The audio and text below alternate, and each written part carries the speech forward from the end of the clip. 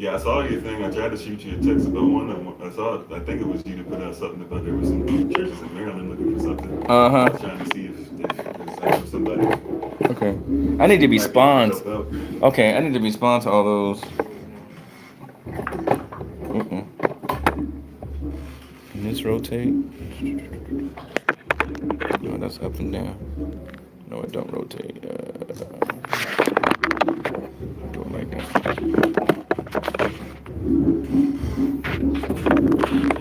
Alright, I'm gonna need you to come in so like get like right between.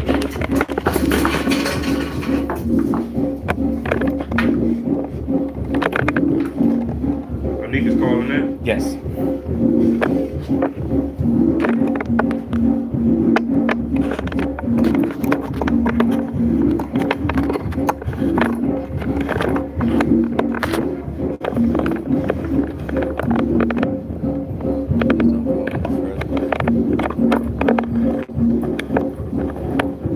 And her name was it Onika?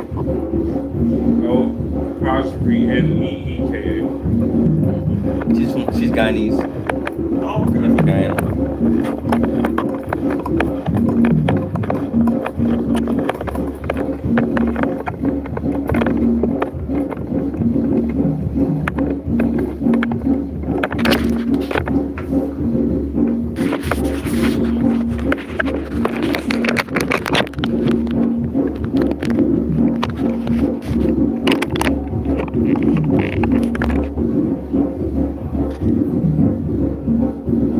Welcome. This service is provided by freeconferencecall.com. There is one host in this conference.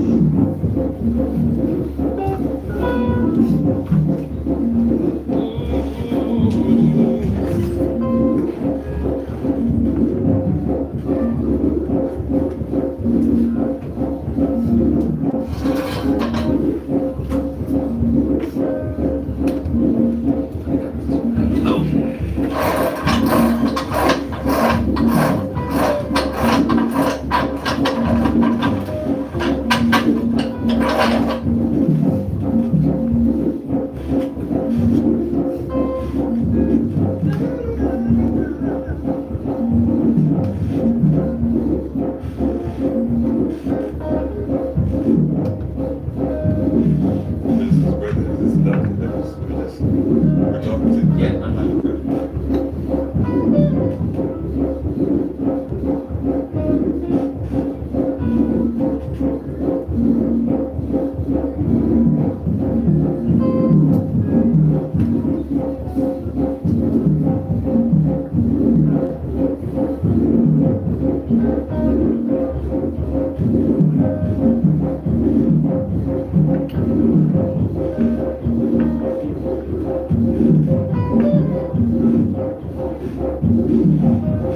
So only one guess? Yes. But that's for announcements, like from when the young lady came, light skinned lady, Mrs. Jackson Jones, Landy. What's your first name? Devin. Devin? Devin? Yeah. Last name? Stephenson, Stephen. In the email, I had his name and his other names as well, as far as the spellings. If you was able to post those.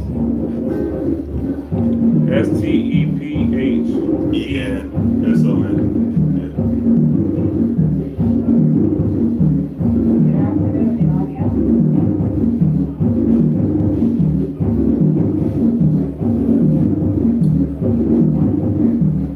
Anika's talking to you. Yeah, I hear it. Hey, baby girl.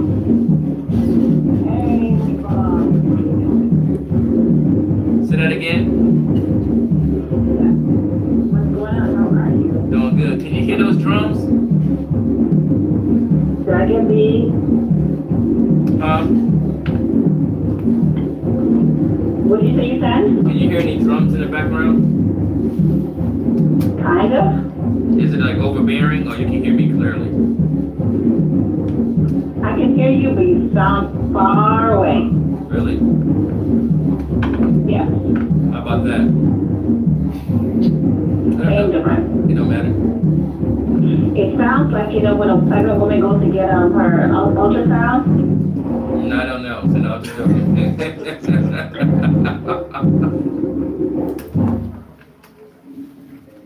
How? What ultrasound? I was gonna say something, but you know, it don't need to be heard. Okay. So, It's 5 o'clock. Awesome. good afternoon to everyone who's in the room. Please forgive me.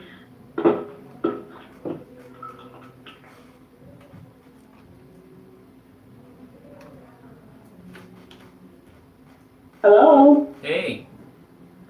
Oh, Hey, Mr. have our guest arrived? Yeah, he said Mr. Stephenson. Remember I was saying his name was pronounced Stevenson? I said he messing us up, but it's actually Stephenson. Awesome. Okay, great. I was talking about you. His name's Stevenson. So he is there. Yeah, he's been Yes, here I'm before here. I was. Hello. Hello, sir. How are you? I'm doing well. How are you doing? I'm fine, thank you. Thank you so much for joining us. We appreciate you No being a problem. part of our journey. Well, thank you for having me. I hope I will help the journey. Yes. Everything is divinely appointed, so you're here for a purpose and a reason for this time, such a time as this. I'm ready when y'all. All right, you can count us in. 5. Oh, one quick before I start, hold on, before you start. Robert, the announcements, Yes. So I'm gonna have you do the first okay, two. well, You can do the first two and I'll do the rest. all right, thanks a lot. Awesome. All right, 5, 4, 3, 2. Good morning, ladies and gentlemen. You have just joined It Needs to Be Heard with Mr. Robert Eugene Young. And Onika Terrell, now that you heard it, What will you do? As you can see that Onika Terrell is in New York. Last week she was in Miami. But she's calling in this week and we're so glad to have her here with us. As our guest here today is Pastor Devin Stephenson. I'm too busy focusing on his last name. And the name of today's show is called You Are Necessary. It's called You Are Necessary. And you will see later on why the name of the show is called You Are Necessary. But even just in simplest terms, we want you to know that it needs to be heard that you are necessary. And as we go on through our show, absolutely awesome. Awesome. So as we go on through our show today, we like to reflect on some of the things that we did last week. Our guest last week was Miss Tasha McClellan, and she's basically into branding and youth outreach. The name of her management company is called Tasha Management, and that's spelled TASHAMCMGMT.com. And in a nutshell, her company is a company that helps with consulting companies dedicated to a brand development, strategic marketing, activation, sponsorship, financial analysis, training, and marketing. Tasha prides herself on working in partnerships with every client to ensure their brand vision is always authentically presented. Their clients have enjoyed recurring distribution deals, highly visibility placement, exposure, and new markets through the in-house infrastructure that they offer. The other thing that she does for outreach is called Breaking the Ice, and it's something that she's really happy about. It is where you can nominate a young girl to be a part of this 4-week and 4-session encounter. Young girls from the age of 8 to 12 years old. It's basically about self-care, self-expression, mentorship, and team building. Our prior guest was Miss Landy Jackson James, and she is really awesome, and she is the founder and CEO of DNA Awesome. That's www.dnaawesome, so DN Awesome, that's basically .com, and she can be reached at 678-458-5651, that's 678-458-5651, Wk5 and it's a STEM program, science, technology, engineering, and mathematics. It's based out of in PG County, but she's also will be matriculating to the DC area as well. So if your son or daughter is interested in STEM, please give her a call because they're really forthright about STEM and its exposure to our community. And as always, we'd like to thank Dr. Baruch and the eLife Media Group with the opportunity to be here. Like we always said, they also have other opportunities here right now looking for other shows. So this could be a great avenue. And as I was sharing with a good peer of mine when I was volunteering this past Friday for Read Across America, I was sharing with him that this would be a good idea for a youth department to get exposure in marketing. As you can hear the music in the background, is a lot going here at the eLife Media Center. But if you were interested in having your own show here and the music just usually not going on in the background, you could reach eLife Media Center at 301-324-6900. That's 301-324-6900. But also you can call Chris Mary directly at 301-549-8216. That's Chris Mary at 301-549-8216. And on to our announcements. Yes. For our announcement today, the Peacock House Network is a commercial and meet space for entrepreneurs to operate and sell their products for one day or short-term and long-term basis. For more information, please contact the lovely Dr. Chichi at 240-413-9481. That's 240-413-9481. They provide business coaching, entrepreneur sessions, and pitch meetings for adults and children. This is where also with Mr. Robert Eugene Young, one of our great hosts for It Needs to Be Heard, hosts his Monday Zumba classes at 7:30 p.m. If you've never been to a Zumba class, please join this one. It is awesome. And you can go and meet him every Monday at 7:30 at 5608 St. Barnabas Road.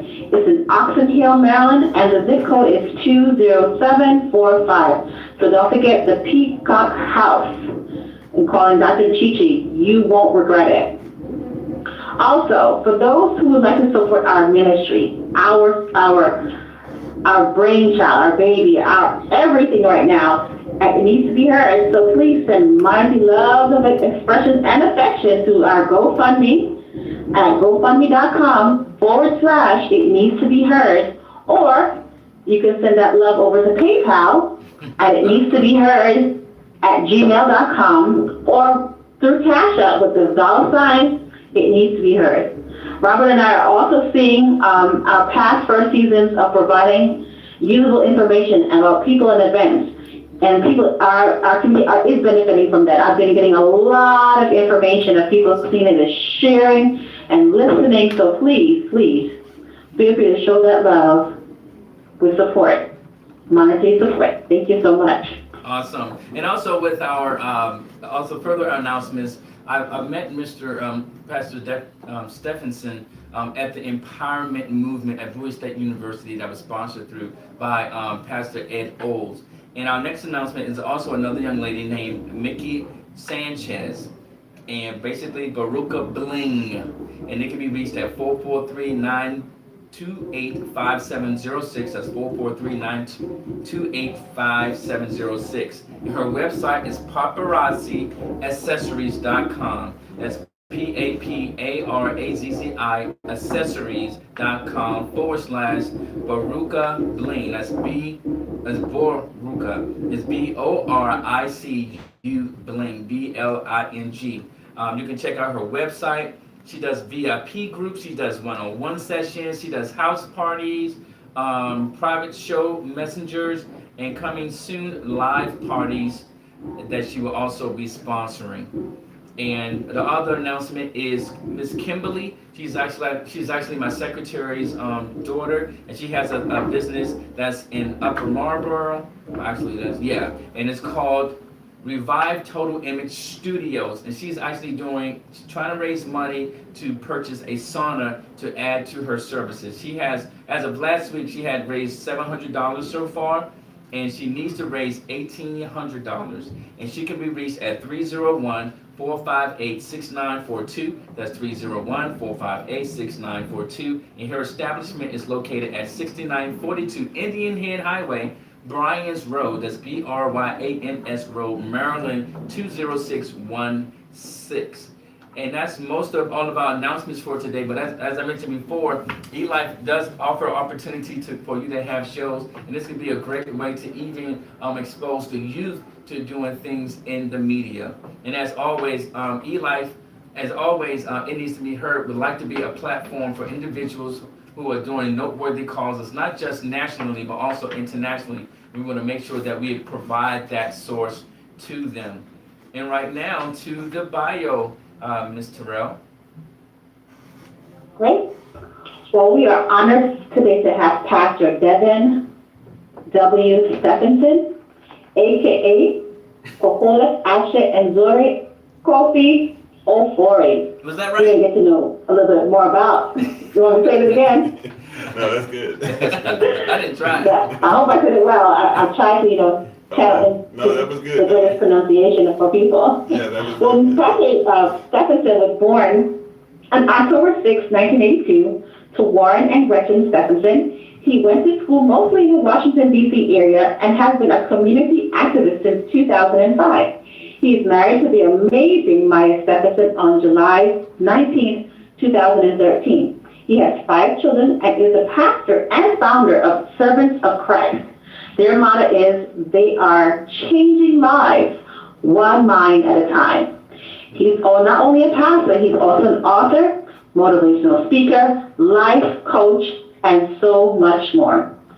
And just in case you have never heard this, you heard it here, he wants you to know that you are loved, you are necessary, you are fearfully and wonderfully made, and you will be the reason why this world changes for the better. Thank you for coming, Pastor Stephenson. We appreciate you here. Awesome. Thank you for having me. Awesome. So wonderful job, Miss Onika. I didn't try to pronounce it. Yeah, Miss Onika did a amazing job. Thank you. So how do you pronounce it, and what does it mean? Okay, well, obviously, my, American name, English name is Devin Stephenson, which actually is like, son of Stephen, which actually goes to, you can talk slavery time, or you can even go to biblically, it's actually like son of Deacon Stephen, who was stoned, right? Yes. So, yeah, that part, Devin, my mom named me that to mean swarthy poet, basically, one who's dark and one who's, does well with words. So she did a good job. So she did a good job.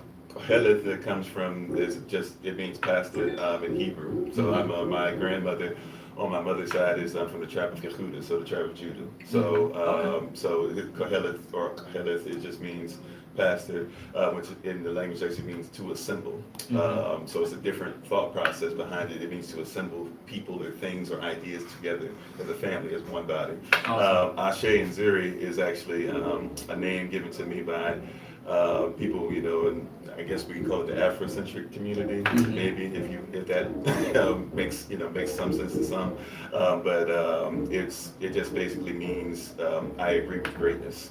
Ashe and Zuri. Then Kofi Afuri is actually something, it's a title given to me because as I've learned more and learned about where I come from, be able to track history down, go back to Ghana and learn some things in Accra, and so I'm Shui, and so when you're born in that tribe, you're given, the day that you're born on. Actually, a lot of places in that area of Africa, but you're given the day that you're born on, and then you're given, if you're firstborn, secondborn, thirdborn, you might get a different name. So Kofi is Friday born. Okay. And 40 means I was firstborn. Well, awesome. So I love it. So I was just given that name when I went back to Ghana not too long ago. I'm a pastor there. His name is Kofi as well. So he gave me the title. My wife and I, we got those titles bestowed upon me. They did a little ceremony after we did a revival of sorts. And so I was able to be given Kofi Afuri, and then they say after a while you're allowed to, choose which name you want to kind of go from there or whatever. So right now I'm allowed to have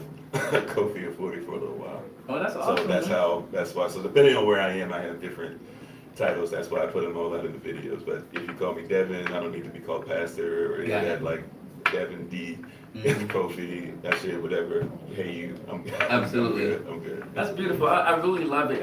It is so important, even if for those that aren't able to search back to know their past, it's so important to know who you are. You can be given a name, but it's up to you what that name means. So you said you mentioned you did your background, and this is not one of the questions, but your response kind of sparked it. What path did you take to find out about where you were from? There's so much information. Mhm. To be honest, I think it's a lot more in your face than it is. There's still some more that I'm trying to take to solidify some things because Yes. there's other places. It's not just on like the Ghanaian side. Like my other grandmother, she's Salagi, which the whitewash name of it is Cherokee. Mhm. So I'm learning some things from there. But for a lot of us, especially who were I guess 4 or 5 generations ago were born here. We were born in places where we don't know Yes. much about. So, but a lot of it started off with kind of, I'm not going to use the term common sense. I mean, it's just where available tools. Yes. You can, for example, if you have family, a lot of people in DC, especially, in the DC area, I don't know how much now because we're starting to move again. Mhm. But for a while, a lot of people from DC are from North Carolina. If you check out North Carolina, a lot of them, I remember growing up, we used to think it was funny because people say, oh yeah, I'm Cherokee or I'm this and that. Everybody be like, whatever, everybody's trying to be Cherokee instead of black. But you do your research and you realize, oh, you just go back 90 years and you realize like, brothers who were called Cherokee or Salangi, they looked like brothers like me. They had afros, they were running around, they had messed up beards, they were black, they were dark. So it's like, oh, there's some truth to this thing. So you just do a little research and you find out, oh, and then come to find out not only there, but you have the Carolinas, the South Carolinas, the Gullah Geechee people, was stretched down to Florida. So you start putting some stuff together and then from there you can even, obviously YouTube, you can go down that rabbit hole all day, but you got to be careful because some of it's not truthful, but you can go down there. And also as far as stuff, you'd be surprised. I haven't exhausted this yet, but you can go to places like the Mormon Temple. Believe it or not, the Mormon temples, they have, I don't know why, I'm still trying to figure out, but they have records. Wow. They go back, you can go to certain places of Jewish people because, a lot of Jewish people own slave ships. Yes. So they kept very good records. So you can actually go back and say, okay, where does this name go? How did this person travel? When did this name change? When this person had this stopper bond put on, and what did they call them? So you can find out a lot of stuff who jumped over the broom, even sometimes as articulated in family's history. And then some of the stuff, my wife, she has an app that she uses where she can just put in names and the app kind of does the research for you. Got to pay for it's like $50 or $60, but it starts pulling people, and she knew her history from her family. They're very good about their records. So she just wanted to see if it actually worked, and she was like, oh yeah, like it brings up my great uncle's name, my other great uncle's name, and it brings up the land they owned, and it talks about the time they lost the land, and well, so there's a lot of different stuff. I know some people do DNA. I'm not quick to do that yet because scientists will admit now they tell us they need 3%. Only DNA now that tell us that they don't even know 1%. So I'm kind of slow because DNA testing all it really says is, oh, there were some people that lived here that have your stuff. That doesn't mean that's where your people are from. It just means you gotta have one person that you're related to that lived in the area. So, but yeah, so there's a lot of stuff. But that was for me mainly like I started kind of coming knowledge of some of this stuff maybe 6-7 years ago, and I just was like, let me go down and find out because I keep hearing this stuff about myself, and I'm starting to be more open to it. But that's something every man, woman, child should strive to do is at least know a little bit about themselves. I heard my grandmother talk about stuff, my grandfather talk about stuff, and I just was willing to kind of look at some things that are in our face, and I was able to learn a lot about my family. Awesome. That's what it's really all about, man. I mean, real stuff. Some people aren't, I guess, umption or moved to find out, but I just think that once you know who you are, that really helps. And I'm not trying to interrupt you, but I'm just trying to just real quick because I know we only got a certain amount of time we're permitted. But what you just said is important because I know a lot of people will say, well, maybe it's not important this or that, but especially I heard you guys use the word our ministry, so I'm going to speak in this vein since you gave that lane. I'm going to take advantage of it. I'm one that because there's some people say, well, race doesn't matter, or it doesn't matter if you're black or white. God loves all, and it's true. God does love all. God, Jehovah, Yahweh, whatever you call him, he does love all. Christ died for all. yes, of course. But even in the Bible, it makes it a point, you know, to say, you know, well, he had hair like wool, his feet were like grass. It makes a point in the Bible to say where she says, I am Cush, or in some versions she says, I am black and comely. And she didn't say, I am black and not as good. She said, I'm black and beautiful. I'm black and comely. So if it matters to God, and I'm just one to believe if he has numbered, you know, not just counted, but numbered the hairs on our head. That means if one hair is missing, he knows that's hair 1,782. You know, like we're just like, oh, I was picking my hair, combing my hair, or my beard, or whatever else, some hair fell up. And he's like, no, that's the hair. I made that hair on this day, blah, blah, blah. I knew what was going to happen with that hair, and I'm prepared for this and that, whatever. If he loves us that much to where he wants to know every aspect, and we should want to know that about ourselves. Absolutely, absolutely. That it should be our purpose in life. And we have a few questions for you, quite a few questions for you, but it's not something that you can't handle. And I think we can start, Ms. Onika, with question number 3. Can you repeat that again? I didn't hear you. Yes, before we start with question number 3, did you want to comment on anything that Devin spoke of? Oh, definitely. One of the things I've always tried to reach into is understanding myself and, you know, lineage. I'm a family-oriented person, and the fact that something he was mentioning about his names and understanding for a long time, like my first name, Lisa, it's not something that's very common, and I've always wanted to know what it meant. So it took me a while asking the right questions, to find out, you know, its origin and its meaning. And so I embraced it even more so when I found out what it was and what it meant. And it means who is greater, and as far as the Nigerian, from Nigeria and from the Igbo tribe, means who is greater than God. It's the female to the male on the chief. So things of that nature, I've always found that so wonderful that we know where we come from and the purpose that we have through our names is amazing. So thank you so much for sharing that. That was really encouraging. So for the question is, how and when did you know God was calling you into your ministry as a pastor? Well, it's an interesting journey. I guess I'll try to speak to the first part of it. I was actually born and raised as a little testimony. I guess I was actually born and raised as a Jehovah's Witness. Wow. My father was a Baptist, but he never went to church because he was working two and a half jobs. But my mother, she was Jehovah's Witness, and so my father was going to convert and never did. So I grew up in a house where basically from birth I was in Kingdom Hall. You know, that's their place of meeting. And I was actually preaching, teaching, going to doors, being in front of congregations at like 6 years old. Wow. And so because they teach you to study, I give them credit is due. If you learn anything else, people talk about cult behavior, and there is some.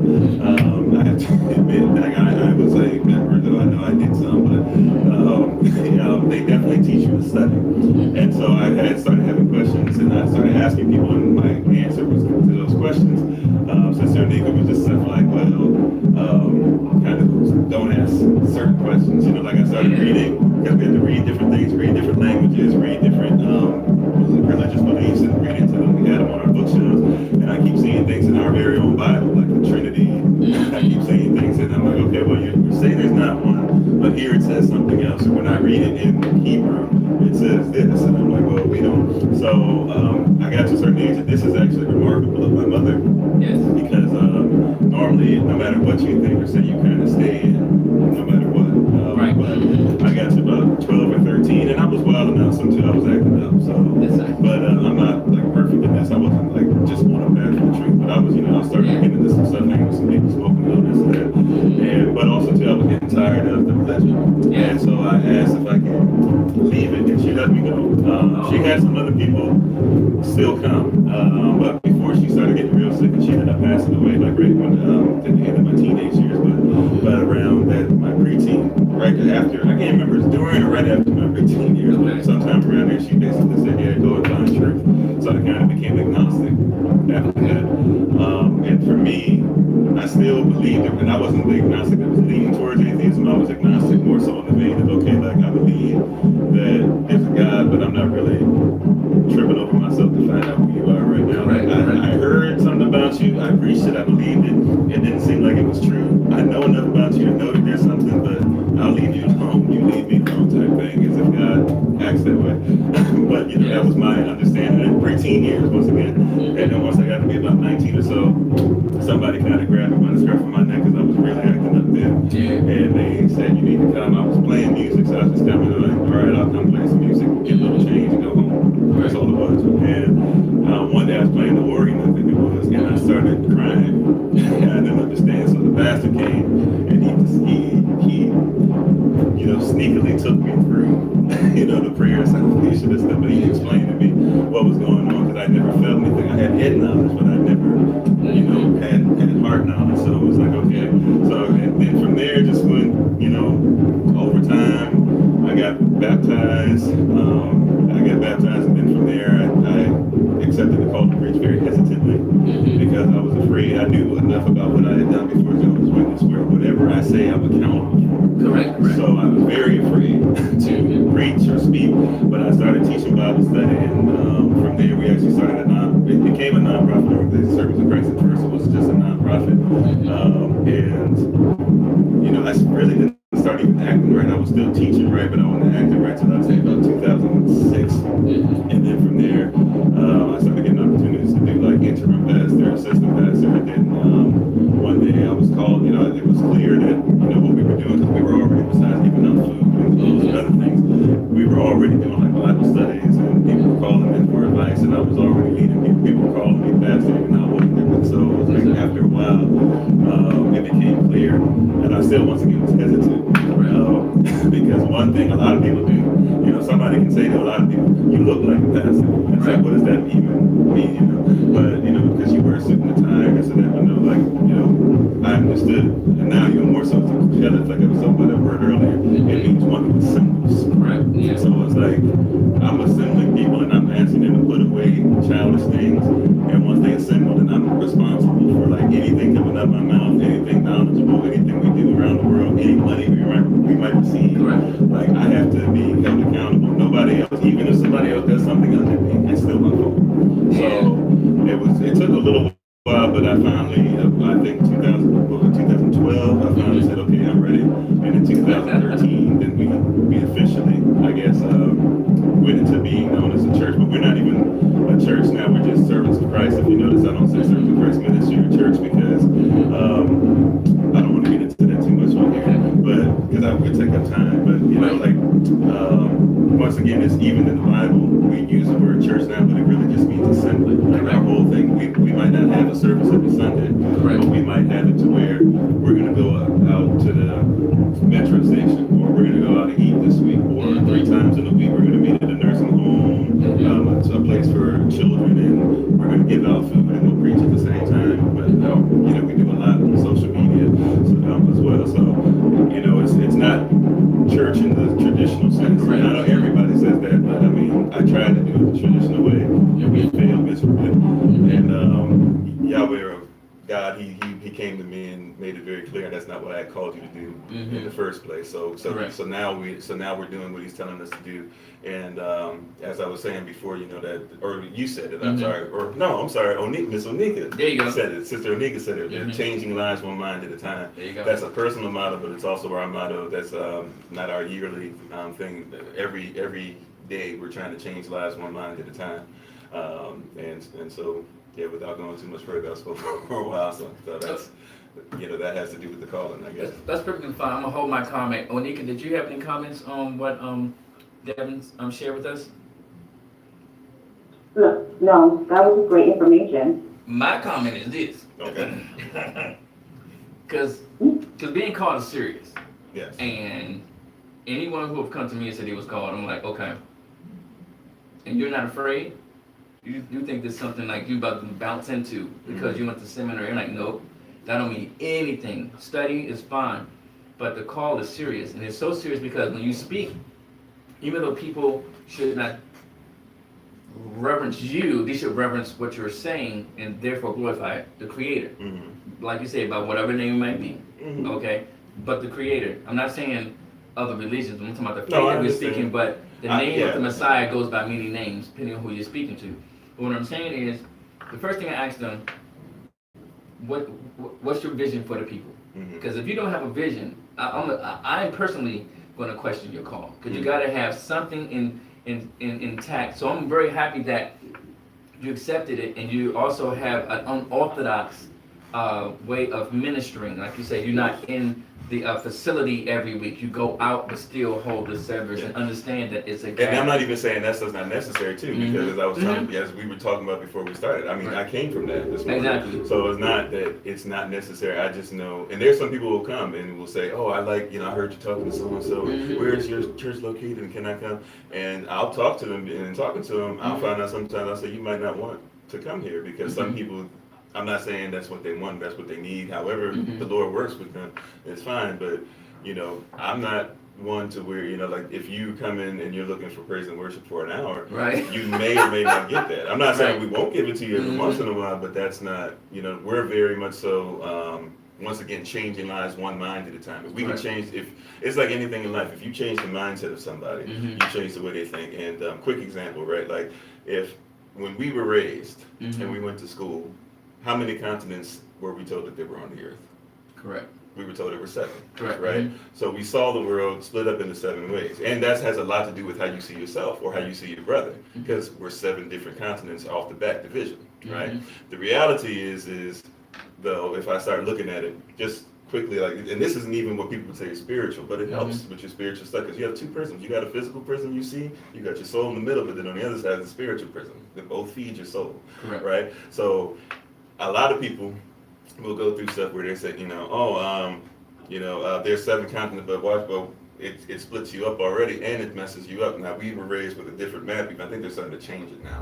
Thank the Most High for that, because it was messing people up. Especially the size of Africa. Exactly, and South America. South America was 2.5 times smaller than what it was supposed to be too. But if you look at your map, and you look at what you were taught, they taught us cognitive dissonance. Cognitive dissonance is like if we're back 400 years ago, whatever, really some of us are still slaves now, but 400 years ago, and somebody comes here and they say, all right, God loves you. Okay, God loves you. But then they say also, you're allowed to have these slaves.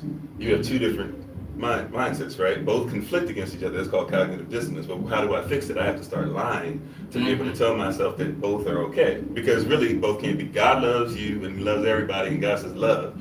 Or it's okay to have slaves and God really ain't about that. Like, it can't be both of them combined. So I start lying and being like, well, they're only 3/5 human. So I love people, but they're not really people. And if I love them like I love pets, right? And we do the same thing. Like, so you have a continent. They taught you there were 7 continents, but then they also taught you, or us, they taught all of us that there were, a continent is a large landmass completely surrounded by water.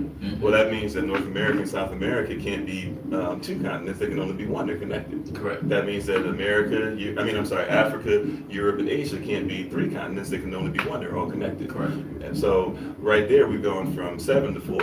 And if we were to be honest, going by their definition, all continents are connected underneath the water anyways, which means that we're all one from one land. If we change one thing, we change the perception of how a child views the entire world. We haven't even gone to the Bible, the spiritual stuff, right? If we can just show you, hey, some of the stuff that you were taught from day one to divide you, no matter where in the world you are, this is being taught as the right thing. If we can get you to start thinking about righteousness instead of what's right, then we begin to change the process. So we change lives one mind at a time. That's what we're talking about. We're trying to get to a place. So that's, so what you're saying, that's so true. I'm sorry, interrupt you, but we're conversing, and hopefully I'm not stepping on Miss Onika either. She wants to jump in. But yeah, but I don't know if she's fine, but she understands. but we were taught a lot of things and shown a lot of things that have us all. So if we can get to a place to where we begin to even just change a little something like that, it begins to change. We change the life, we change the mind, we change the life. You can't change the life. You want to have somebody running up to the altar talking about change me, oh Lord, change me. And it's like, well, first we got to change how you see. Because if you come up and you get saved, but you still go home and you see a wretch in the mirror, like, you know, if you see yourself as still, oh, I'm too fat, you know, I got to go exercise all day, I got to lighten my skin color, I got to make sure that I get the shape up or else I'm not good, I got to make sure that I had the fresh Timbs, or I got to have the fresh Nikes, I got to have all the worldly stuff. If you still see yourself as nothing but that, to be hoard, excuse my language, to be hoarded out to the system, I don't think that's a cuss word.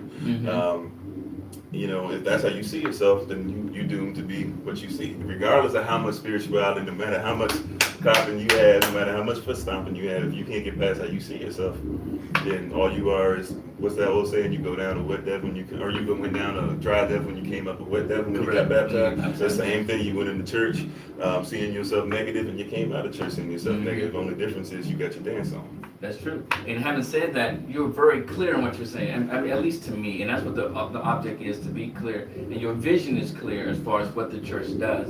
Now, if they come to it, that's up to them. But it's very clear that with your calling, you have a clear vision of what direction the people are going there. So if they're there, they won't be confused about where we're going. So that's wonderful. And the vision piece is crucial too, because in the Bible we actually say it wrong. If we read it in the Hebrew, it's actually different. You know, we have write down, or I'm sorry, I was about to say write down the vision, but without the vision, the people will perish. Was there Proverbs 28:19 or something? This like is that? Proverbs. But it actually reads, when you read it, it actually said it's actually shekon ma para, which actually means without the ability to have vision in the darkest of times, the people will be disciplined, especially in leadership.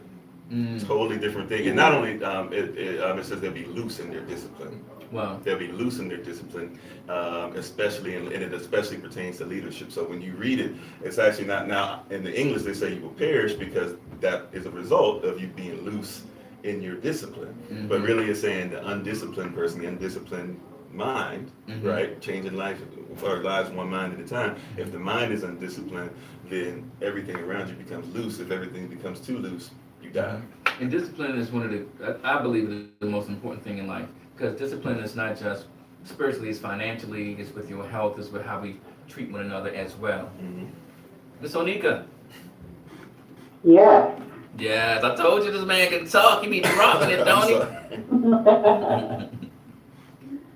I'm gaining an understanding, and we're grateful. So, Pastor Jefferson, what has been your greatest joy on your journey in ministry? I mean, that's a wow. And you just said I can talk and now I'm not talking. I know that no talking is bad radio, so I don't want to just keep saying stuff to say stuff. Oh, well, I mean, the greatest joy, there's so many joys. I mean, really the reality is if you can get somebody to think different. Like, I enjoy, a lot of times you won't get credit for it either, so you have to get over that. And I'm being honest, because sometimes I act like, oh no, like I still have problems with that sometimes. Being like, hey, I told you that, like tell people I said. But, you know, like it's a blessing because people will follow you.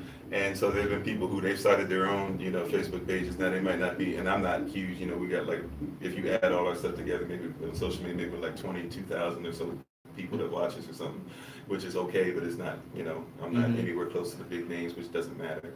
But it's nice to see, you know, those people coming along where they've started their own stuff, or like, you know, I've written some books, now you see they've written books, you know, that I'll hear them speaking, and they'll say something that I know that they got from me, and I'll be like, you know what, yeah, that's, you know, I'll be like, yeah, amen, because I'm making a difference. I think that's the main thing for anybody. Like, both of us are musicians, and a musician, even though that you may or may not get paid, it's not necessarily the most important thing. Or one thing that we learned, like one thing I know is like you don't really necessarily get credit. Like if everything falls apart, even if the singer can't sing in the right key, like usually it's the musician's fault. Right? Yes, Like, especially if you're the lead musician, everything's going to be on you. But it's nice when everything comes together, and a lot of people aren't going to walk up to you and be like, man, you did a great job accompanying that soloist. And even though if you didn't do what you're supposed to do, they might not have been able to do what they. But you're proud at the fact that we did a good job together. Correct. You know, so I think that's more. So I don't have a, you know, to answer your question, Sister Nick, I'm not answering it specifically, but it's hard to just give one thing. I think just overall, when I see that light bulb come on, it's like, okay, you know, not just even in when we say ministry, like, because there's not ministries. I know people say we have ministries, but plural, but in the Bible, you'll never see an S on that word because there's only one ministry. You know, there's one Lord, one faith, one baptism, one ministry, one ruler over all, etc. So when it comes to ministry, period, when I see that somebody else has been affected positively, and really the goal is, like Christ said, greater things should you do. So the goal is eventually, not only should you be like if you're a speaker coming behind me and I'm teaching you, whether you're coming to our university, whether you're doing stuff with, I'm just learning one-on-one life coaching, eventually I want to see you take what I've given you and do it so well that I'm like, man, how they do that? They're doing it at a level that I'm like, okay, like, all right, they took a little bit of what I gave them, but they were able to, use the Holy Spirit and push that thing up to a level that I can't even, comprehend. And that's joy, seeing my children grow. I've got children all the way from about to turn 17 all the way to 3 years old, and to see them do things and like, what, they do that better than I did at their age. Like that's the joy. So I think that's more so what it is, Sister Anika, is seeing somebody do it better. Not just even do it better than what they did, which is great. But when I see that they're doing it better than me, that means, okay, when I'm gone, whether it's gone from the area, gone from this life, it means that, okay, they're going to take this to the next level, which is supposed to, because one thing I've learned, you can't call yourself a success if you don't have a successor. Awesome. A lot of people talk about their success. I'm successful because I got this and I make all this money. Look at all this. Look at the plan. I mean, who's coming behind you? Correct. Like I love, and I know some people. Y'all didn't call people out. I know I'm making it very clear. They ain't saying this. I'm saying this. But I love me some Joel Osteen. I love me some T.D. Jakes. I love me some Fred Price. I love this, that. But just like I'm always looking for who's coming next. And they might have said it, but I don't know. And it's like, so for me, I can't call it your success. It's like with Mark and MLK, great man of God. I might not even 100% agree on everything that's there, which we don't have to get into, because I'm not, even though I believe in Christ, I'm not the one that says, hey, if you put your hands on my children, I'm going to pray for you. I'm going to probably put my hands on you. So I'm a little more Malcolm in that instance. But at the same time, like, he died for the cause. And that's awesome. But also one thing that hurts me is like his son didn't pick up the mantle. Like his daughters didn't pick up the mantle. His wife was a face on the seven. She was a great woman. But it's like, who was next? Like we still haven't had it. Malcolm died. Awesome man. Like I believe if you look at his life, I think he would have actually at some point, if not came all the way back, he would eventually came somewhat back to the church. Absolutely. Because you look at where he started in the church. He did. His father was a pastor and a Garveyite, and then he left that, but he came to the Black Muslim movement based on his father's, being a Garveyite. Like that was what led him to the Black Muslim movement. So, so I believe it would have came, but even still with that, it's like who came behind him? He started a whole other thing. He had things that were being addressed, and he had five daughters. Is it? I believe three to five. I think it's five daughters. But we never saw Malcolm's vision grow. Same thing with Marcus Garvey. Marcus Garvey did all the great things, and he was blessing the people. But then, even though he was sabotaged from within, we never saw it grow. We see little spurts here and there, but where is the person? So once again, you can't call yourself a success if you don't have a successor, and that's what I think we need to start building to. That's what I'm saying. If I see you doing it better than me, we can talk about Christ, we can talk about the stuff, and that's all great and good. But if you're gonna be a successful pastor, full of success, successful pastor, who's coming behind you that's gonna take what you did and greater things what you do? If they're not gonna do greater things, it is what it is. Mentorship is very, very important. Ms. Onika? Yes. Awesome. So, in continuation with the question about your ministry, the journey in ministry, I happened to watch the video on YouTube, and you were having discussion on nakedness. You mentioned about in the Bible that it was considered taboo for a son to see their father's nakedness. Oh yes. And then you broke it down to spiritual nakedness and emotional nakedness between a husband and wife. So, what's the difference between the makeup between a husband and a wife, and the difference between a woman and a wife. I'm sorry, a man and a wife. Yeah, that's a good, that's a good I'm gonna question. get on this one. I loved it. Okay. So please expound on the difference between a woman and a wife. Well, okay, so once again, it's culture, right? That's why I said for example, a lot of people never read the Bible. When people say, I read the Bible, this and that, whatever, like, so you know Hebrew because you know that we're North African, Correct. right? We have here, like, well, we're from a certain place, right? So when you say tribe of Yehuda or the lower kingdom, northern kingdom, you gotta come from their perspective, right? So with them, everybody talking about Africa, now the new thing is we need to have all these different wives and stuff. That was for kingdom building. If you were way kings, and even with that, it was still considered to be perverted, but they were like, well, at least you're getting power, right? So cats talk about that all the time, but when you talk about a husband and a wife, so I'm gonna try and get to both, and I know we're running out of time, so I'm gonna try and do this as quickly as possible. A lot of people, so I'm gonna say something that's surprising to some people, call themselves Christian or kingdom of heaven citizens, etc. If you're talking about a man and a woman, the Bible doesn't say that sex should be had between a man and a man. Okay, check, agree with that. It says it shouldn't be between a woman and a woman. Check, we say that. And even, but the Bible also says you shouldn't have sex between a man and a woman. Correct. And people go, what you talking about? Because the Bible only says sex between a man or a husband and a wife. Correct. Only. Like if you go to Genesis, if you go to the first book, they call it the book of beginnings. They call it the book of Gene or Genesis. You go to the book of beginnings and you see that when it says sex, sex is marriage. So we don't get taught that, right? So cats be going out and be having sex with all these people, and they're like, well, you know, whatever, like, I'll do this, I'll do. You don't understand, even physically, scientifically speaking, not just from Eurocentric science, but from Afrocentric science. So whichever way you want to roll, they agree that a woman, when she has sex, and a man too, when they have sex, the partner's brain or the partner's DNA lodges into the brain. He has studies about Right? that. And it's fact. Yes. So that's because you are literally becoming one. Correct. Not somewhat, not spiritually, not, oh, it's a nice tale. No, you are literally becoming one physiologically. Your DNA is combined and you're supposed to become one. That's why people, if they have sex with a person a long time ago, people don't forget their first. Why don't they forget their first? People be thinking, oh, because it's the first time. No, it's because it's in your head. Literally, it's supposed to be there to where you never forget. You're not supposed to have different experiences. You're not supposed to be like, well, you know, this person used to do it like this. I need you to learn on the fly. That's why you're saying all that, because you have all these husbands in your head, baby girl. All these wives. You got all these wives in your head, baby boy. Like you trying to get. And I'm not saying I'm innocent of it. You know, I go through it too. But one of the things I had to learn with my wife when we were getting together, going through whatever people want to call it, courting. The Bible doesn't even say that dating's a thing, and dating's not really African either, but I'll leave it alone. We ain't got time for that.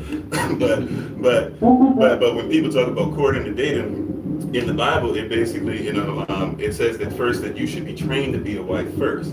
Husband, right? He who finds a wife, Sister Nick, I know you didn't know this verse, right? He who finds a wife finds a good thing, right? But you should already be a wife, which means I should already be a husband. And I'm gonna just go by the boys real quick because I never run out of time. If you're a male in Hebrew culture, in North African culture, if you're a male, and I'm Shwee Ghanaian too, so you can go ahead and take this there too. People say, oh, that's made up stuff. Fine. Go off of Ghanaian stuff since you want to go off that. If you're growing up, first 3 years, you're trained nothing else, you're a boy. You're a boy. That's it. You're a boy. All right. I said you're a boy. That's it. Next 3 years after that, we're going to wean you off of mom, not just as far as off the breast only, but also we're going to start weaning you because you got to go to be with dad. What happens ages 7 to 9? You're with dad. That's why Christ was a carpenter. Why? Because Joseph was a carpenter. Joseph was a carpenter. Yeshua was a carpenter. It has to be the same thing, because whatever dad does, and dad has to teach you how to read. He has to teach you how to write. He has to teach you arithmetic. It's dad's job, not mama's job. Mama gets you ready for that. She knows all dad's tendencies. She knows what's going to make dad upset. She knows you need to leave him alone when he's doing this. So she prepares you for that. Then she passes him off. Now, dad, that's yours. You need to train your son to make sure. Now, after that, when you get to ages 10 to 12, then he starts preparing you to make sure that you know the word and different things like that. And then they would bring you before the people, the congregation, and they would say, all right, my son has done this, and that, and they would decide whether or not you lived or died. Because if you were somebody who was disobeying your parents, they didn't have time for you. Now, they obviously weren't killing all kids like that, but I'm just saying it was actually in their law. Like, if you're not gonna do what you're supposed to do, like you're messing up our community. We got stuff to do. You're supposed to take us to the next level, right? We don't think like that now. So now, once he gets past that, now we train you for the age 15 thing. You know, you get past that. Now you got the first 3 years after that is we train you to be a man. That's at age 16 you had your party. Right? We train you to be a man. After that, you got 3 more years of training on what it is to be a husband, and then after that, you have 3 more years on what it is to be a father, and then we give you your inheritance. Boom. So we're saving up for you. We're training you on everything. We're giving you all the college. You don't need no college stuff. We're giving you everything. Now, here's your inheritance, all the stuff, and you can still live in the home till you get married. Now, once you get married, you're supposed to build a mansion. In my father's house, there are many mansions, right?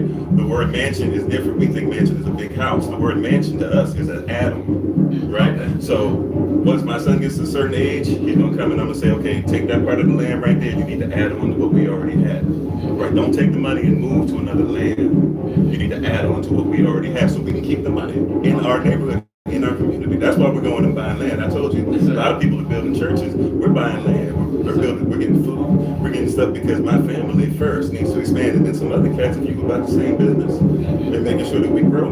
Come on over and don't pay rent. Don't pay mortgage. Don't kill yourself trying to do all this stuff. And on our land, let's reverse engineer some cars and start building a home. Let's do some stuff that other cultures do and that we have. You know, even in buying land in Ghana, you can buy land in Ghana right now and pay $80 a month mortgage.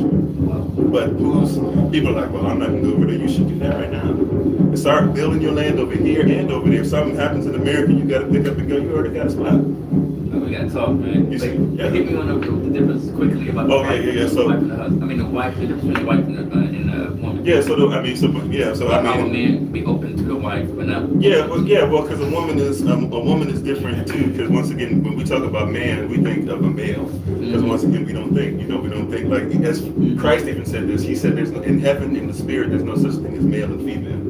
He said, so in heaven you don't give away, but that's a physical thing. That's a physical trait. So it's like, so a woman is actually just a human being with a spirit. The word man just means spirit. If somebody says man actually literally means spirit, right? So, but if you want to go to the female or woman, we're talking about a feminine way, a female and physical trait. A woman is different than a wife because a woman just basically means that you've gone past a certain age. By law, whether people like it or not, even though you can get arrested for messing with them, by law, once you hit 9 years old or once you hit puberty, you're a woman. Does that mean that you're ready to take on stuff? Right. No, I got a daughter right now, 13, and she better not come to my house talking about she's ready to get married because she ain't ready here. She's not. But once you become a wife, and once again, because we're so far away from parents and we don't want anybody telling us what to do, even in African culture, even in Hebrew culture, in Israelite culture, in church culture, whatever you want to call it, and all these cultures, they agree. Guess who's supposed to be able to tell you when you're a man or a woman? Your parents. So if you ain't got your parents there, or if you're not respecting them and honoring them, and sometimes they might not be right, but one of the greatest things as a man that ever happened to me, my father did this. My father, who's just recently, last 4 years or so, started finally saying, I love you back to me, right? Like I used to say, I love you all the time, just challenging him, trying to get him to say it. But you know what he did to show me I was a man? I came back, had already had children. I was in the military at the time. I was getting ready to go to Pearl Harbor, going ready to Hawaii. And he just pulls me to the side and he said, I'm proud of you. And that, to me, from that point on, I reached manhood. Like, can't nobody tell me that. I don't care what nobody say. I don't care what no woman in here. My wife just called me, blah, blah. You talk to my father. Warren said, I've arrived. He said, I'm a man. Because all he had to do was tap me on the shoulder. And same thing, like, can't nobody tell you about being you better than where you come from. And so a lot of women are thought of, a lot of women don't get that too. A lot of with my wife, like, she doesn't even trust us sometimes when I'm like, you're beautiful, you're awesome, you're amazing, like you're a queen. There's nobody like you. Can't nobody touch the stuff. I can't believe I have you. Like, because she comes from a thing where she was constantly cut down and nobody was saying things, and it's understood because nobody's been attacked like the American woman, and nobody been or American black woman, especially. So it's to be understood that stuff happens, but you can't, but I think we're going to get there. We're starting to have women who want to be themselves. Even think about the way that a woman has to have makeup on. She can't have her features shown. And I'm not saying I'm against women in makeup. I'm just saying, think about how much we talk about the woman has to have the makeup and all this stuff. So the difference between a woman and a female, like that's a whole thing. But I think, once again, the Bible makes a distinction. The wife is someone who's gone through the training, has been shown the stuff, and she is a woman versus just somebody who's going to have period. So with that, thank you for joining us today. So how can you be reached? If you're looking for me personally, you can find me on Instagram at Devin W. Stephenson, DEVINWSTEPHENSON. You can also find me personally on Snapchat at Ashe Nzuri, ASHE_NZURI. If you're looking for Servants of Christ, you can follow us on Facebook, Twitter, or Holanas at ServoCFDC. That's SERVEOCOFDC. And if you'd like to email us, you can just email us at meservantsofchrist@gmail.com. Awesome. Thank you, ladies and gentlemen, for joining us. And it needs to be heard. Mr. Robert Eugene Young. And my name is Sonika Terrell. Now that you've heard it, What will you do? thank you very much.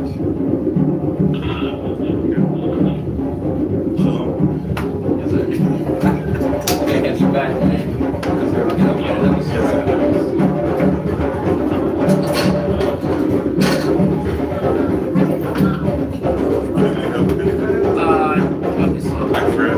Okay, whatever.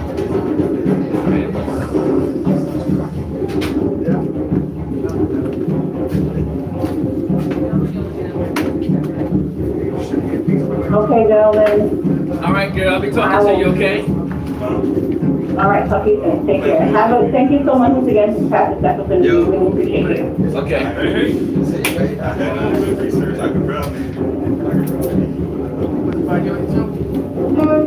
He came up to this job.